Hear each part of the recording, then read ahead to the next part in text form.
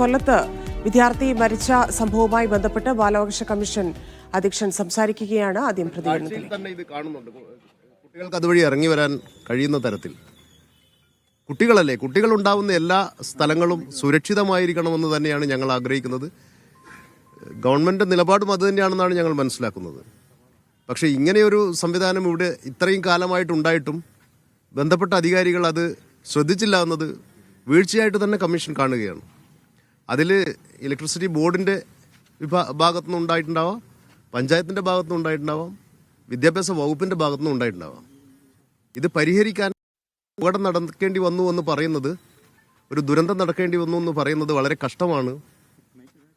ഇതൊക്കെ പരിശോധിക്കാനുള്ള സംവിധാനങ്ങൾ, ഉദ്യോഗസ്ഥ സംവിധാനങ്ങളൊക്കെ ഇവിടെ ഉണ്ടായിട്ടും അത് ചെയ്തില്ല എന്നുള്ളത് വളരെ ഗൗരവത്തോടുകൂടി തന്നെ കമ്മീഷൻ പരിശോധിക്കും. ആർക്കൊക്കെ വീഴ്ച വന്നിട്ടുണ്ട് എന്നുള്ളതും കൂടെ പരിശോധിച്ച് അതിനാവശ്യമായ നടപടികൾ സ്വീകരിക്കാൻ സർക്കാരോട് കമ്മീഷൻ ആവശ്യപ്പെടും. ഇത് ഒരു സ്കൂളിലെ മാത്രം അവസ്ഥയായിരിക്കില്ലല്ലോ, സംസ്ഥാനത്തെ പല സ്ഥലങ്ങളിലും സമാനമായ ഒരു സാഹചര്യം കാണില്ലേ? അപ്പോൾ അങ്ങനെ ഒരു വ്യാപകമായ ഒരു പരിശോധന കാണുമോ ഇതിന്റെ പശ്ചാത്തലത്തിൽ? അത് സർക്കാർ ചിലപ്പോൾ ആ തലത്തിലേക്ക് എടുക്കാൻ സാധ്യതയുണ്ട്. ഞങ്ങളിപ്പോഴും കഴിഞ്ഞ ആഴ്ച സംസ്ഥാനത്തെ പ്രധാനപ്പെട്ട 3 നിയമങ്ങളുടെ സ്റ്റേക്ക് ഹോൾഡേഴ്സിനെ, റൈറ്റ് ടു എഡ്യൂക്കേഷൻ അടക്കമുള്ള നിയമങ്ങളുടെ സ്റ്റേക്ക് ഹോൾഡേഴ്സിനെ സ്റ്റേറ്റ് ലെവൽ വിളിച്ചിരുന്നു. അപ്പോഴ് റിപ്പോർട്ട് ചെയ്യപ്പെട്ട ഞങ്ങളുടെ ശ്രദ്ധയിൽപ്പെട്ട കാര്യങ്ങളൊക്കെ അവിടെ ചർച്ച ചെയ്തിട്ടുണ്ട്. അതോടൊപ്പം തന്നെ ജില്ലാതലത്തിൽ മുഴുവൻ ജില്ലകളിലും മീറ്റിംഗ് നടത്തിയിട്ടാണ് സ്റ്റേറ്റ് ലെവൽ സ്റ്റേക്ക് ഹോൾഡേഴ്സിനെ ഞങ്ങൾ വിളിച്ചത്. അവിടങ്ങളിലൊക്കെ പരിശോധന നടത്തിയിട്ടാണ് ഇവിടെ എത്തിയത്.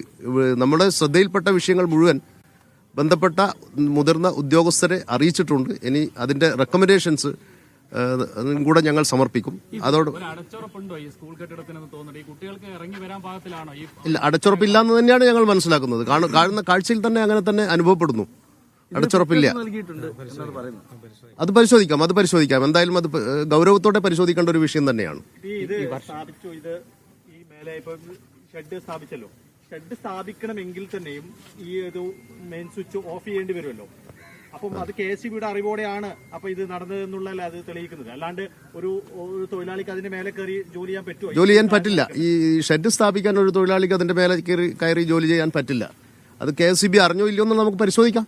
എന്തായാലും ഞങ്ങൾ അത് ഗൗരവത്തോടു കൂടെ തന്നെ അത് പരിശോധിക്കും. ഇപ്പൊ കൈകഴുകുകയാണ്, നമുക്കറിയില്ലായിരുന്നു ഇത് സ്ഥാപിച്ചതെന്നുള്ളതാണ് അവർ പറയുന്നത്. അങ്ങനെ അവർക്ക് പറയാൻ പറ്റുമോ? അങ്ങനെ പറയാൻ പറ്റില്ല. കാരണം KSEB എല്ലാ മഴക്കാലത്തിന് മുൻപും അവരുടെ എല്ലാ ലൈനുകളും സുരക്ഷിതമാണോ എന്ന് അവർ പരിശോധിക്കുന്നുണ്ടല്ലോ.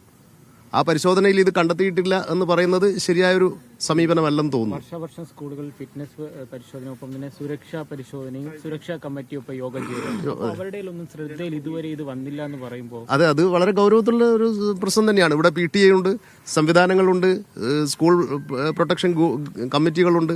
ഇതൊക്കെ ഉണ്ടായിട്ടും ഈ കാര്യങ്ങളൊന്നും പരിശോധിച്ചില്ല എന്ന് പറയുന്നത് വളരെ ഗൗരവത്തോട് തന്നെയാണ് കമ്മീഷൻ കാണുന്നത്. ബാലാവകാശ കമ്മീഷണർ സംസാരിക്കുകയായിരുന്നു. ആർക്കൊക്കെ സ്കൂളിന് വീഴ്ച പറ്റി എന്നുള്ളത് പ്രാഥമികമായി തന്നെ കണ്ടെത്തിയ കാര്യമാണ്. ആർക്കൊക്കെ വീഴ്ച സംഭവിച്ചു എന്നതിൽ കൃത്യമായ അന്വേഷണം വകുപ്പ് തലങ്ങളിൽ അന്വേഷണം പ്രഖ്യാപിച്ചിട്ടുണ്ട്. അതിന്റെയും കൂടി കാര്യങ്ങൾ പരിശോധിച്ച ശേഷമായിരിക്കും മറ്റാവശ്യങ്ങൾ ഉന്നയിക്കുക എന്നാണ് അദ്ദേഹം പറയുന്നത്. മറ്റ് സ്കൂളുകളിൽ, സംസ്ഥാനത്തെ മറ്റ് എല്ലാ സ്കൂളുകളിലും ഇങ്ങനെയാണോ ഫിറ്റ്നസ് നൽകിയിരിക്കുന്നത് എന്നുള്ള കാര്യം കൂടി പരിശോധിക്കേണ്ടതുണ്ട് എന്നാണ് അദ്ദേഹം പറഞ്ഞു വെക്കുന്നത്.